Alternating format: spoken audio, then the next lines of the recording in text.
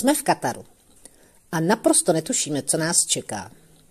Mluvím v množném čísle kvůli tomu, že poprvé se mnou letěly ještě 2 české loutkoherečky Bela a Renata.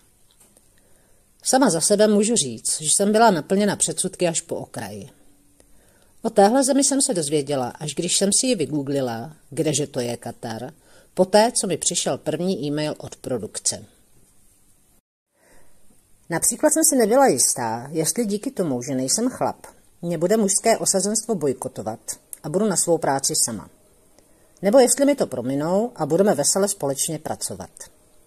Bylo jim to úplně jedno a pracovali jsme v naprosté pohodě. Byli dokonce úžasní, protože jsem pořád někde něco zapomínala a oni mi nosili zpátky tu moje nůžky, tu zas kleště, někdy telefon a tak. Po nočním letu jsme dostali pár hodin na oddych. A pak už jsme do toho skočili rovnýma nohama. Ve studiu na nás čekala produkční Rania, kterou jsem znala jen z naší bojaré e-mailové korespondence. Ukázalo se, že je stejně milá a příjemná, jako se jevila ve zprávách, které jsem od ní dostávala. Představila nám studio a dohodli jsme se na tom, jak bude práce v nejbližších dnech probíhat. Měla jsem 3 dny na to navěsit loutky a připravit je na první natáčecí den. Štafle. První z mnoha jedinečných momentů, které na mě čekaly v Kataru. Bez štaflí jsem neměla šanci nic dělat. Po 3 hodinách čekání se konečně objevili, aby mohli během noci zase záhadně zmizet a druhý den jsem na ně mohla znovu několik hodin čekat. Loutky jsem navazovala v hangáru, který byl plný prachu. Balancovala jsem na štaflích, u kterých nebylo jasné, kdy se rozhodnou, že se totálně rozjedou a já poletím volným pádem ze 4 metrů. Vahadla. Další oříšek, který si pro mě produkce vymyslela, byl ten, že se loutky budou několikrát během dne převlékat. Kdo něco o loutkách ví, asi zůstane stejně překvapený, jako jsem byla já, když mi to poprvé řekli. Jakože pokaždé ustříhat všech 10 provazů, převléknout loutku a zase navěsit? A to tak, aby byla perfektně vyvážená? No, to by mohlo zabrat asi tak 1,5 hodiny nebo 2. Někdy bylo třeba připravit až 8 loutek do jednoho záběru. Takže když jsem to propočítala, musel by mít den asi tak 80 hodin, aby se stihly 4 scény za den, jak bylo plánované. Smír věděl moc dobře, proč má mít den jen 24 hodin. A bylo mi jasné, že ho nepřemluvím, aby to na příští 2 měsíce trošku pozměnil. Vymyslela jsem z mého úhlu pohledu geniální věc. A fakt se to osvědčilo. Poprosila jsem produkci, aby mi sehnali malé karabinky. Tak malé, aby nepřekážely loutkohercům při ovládání loutek.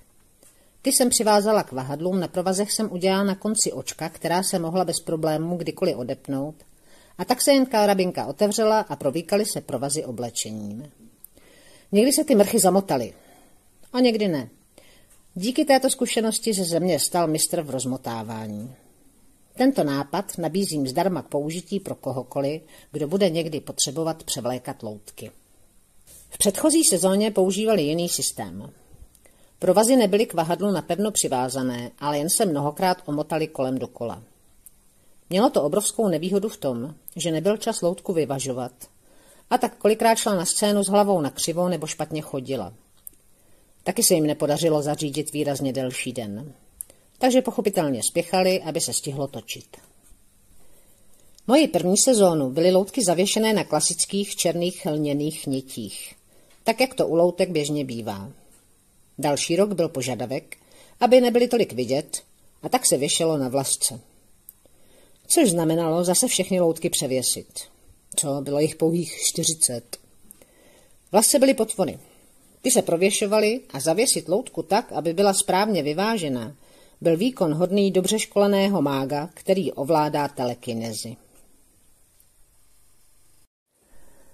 Má to tu velkou výhodu, že když si najedete na YouTube Moslech Stories, tak poznáte podle druhu provazů, ze které sezóny příběh je. První série byla navěšená na bílých provazech. Co by asi přišlo ve 4. sezóně?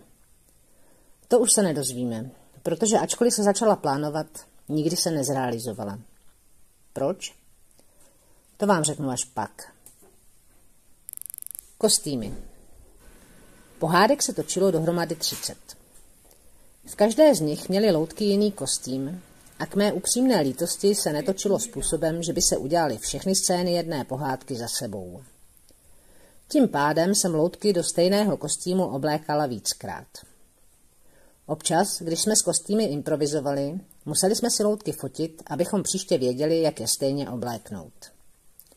Tipla bych si, že jsem za 2 měsíce natáčení akci svléknout obléknout udělala asi 500krát.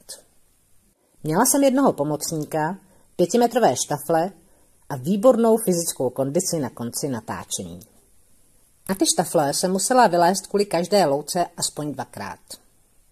Vyvléknout provazy, schodit dolů, seběhnout dolů, převléknout loutku a vyběhnout zase nahoru a provazy vrátit zpátky na vahadlo. Příští rok už jsem to dělala z vysokozdvižného vozíku a většinou jsem byla jen dole. Nahoru jezdil můj druhý pomocník Mustafa. Moc milý chlápek z Káhiry. Uměl asi 20 anglických slov, která jsem doplňovala svojí znalostí 20 arabských slov a výborně jsme si rozuměli. Pomáhali jsme si pantomimou, telepatií a taky tím, že jsme si mysleli, že si rozumíme, i když každý z nás možná mluvil o něčem úplně jiném. S Hasanem z předchozího roku jsme byli skvělá a výkonná trojka. On byl z Maroka a během roku se naučil anglicky tak, že jsme se skutečně dorozuměli o všem, co bylo třeba. Během naší první spolupráce to totiž bylo to samé, co s Mustafou. Gestikulace, úsměvy a neverbální přenášení myšlenek. Někdy to klaplo a někdy ne. A pro loutkoherce a dabéry loutek. Rampa byla asi 5 metrů nad zemí. Na ní byli 3 loutkoherci. 2 byly moje kamarádky z Prahy a 1 byl z Egypta, Mohamed. Další sezóny už se moje kamarádky nezúčastnily, protože produkce si vyžádala čistě arabsky mluvící personál. Mě vzali na milost díky tomu, že jsem byla nenahraditelná. Vtipkuju, ale fakt je, že šéf egyptských loutkoherců čestně přiznal, že to mojí práci nedá a tak by bylo lepší, kdybych dorazila a o loutky se postarala. Dabéři měli na starost mluvené slovo a přitom tahali za provaz, který ovládal pusy loutek. Většinou jich tedy bylo nahoře 6. Někdy ale o dost víc. I já jsem si užila svůj moment hraní, protože na scéně bylo 8 loutek a 3 herci by to těžko dali. Dokonce i hlavní producent si to zkusil. A když se dotočilo, tak byl celý překvapený, jak je to těžké udržet skoro kilovou loutku několik dlouhých minut a ještě s ní dělat smysluplný pohyb. Na rampu se herci dostávali všelijak. Většinou pomocí výtahu. Ten se ale jednoho dne porouchal a než ho opravili, musel stačit žebřík. Tady je má laskavá a tolerantní spolubydlící. Asi 3. den poté, co jsem dorazila do Kataru, mi produkční zavolala, že od zítřka mi do mého apartmánu chtějí prsknout nějakou arabskou herečku, jakože šťastně budeme bydlet spolu. Ano, byl tam jeden volný pokoj, ale zbytek jsem mezi tím zabydlela po svém. Už jsem jí viděla, jak ve svých hedvábných šatech vlaje obývákem mezi mými štětci a barvami a snídá na zemi, protože tam jiný stůl nebyl. Zase ty moje předsudky. Vyklubala se z ní roztomilá a velice tolerantní osoba, které se líbilo jíst na zemi. Dílna. To bylo moje první pracovní místo. Tady jsem se odstla hned první den a další 2 dny navěšovala loutky. Vyráběly se tu všechny makety, jak tomu v Kataru říkali, ale já bych tomu řekla spíš kulisy.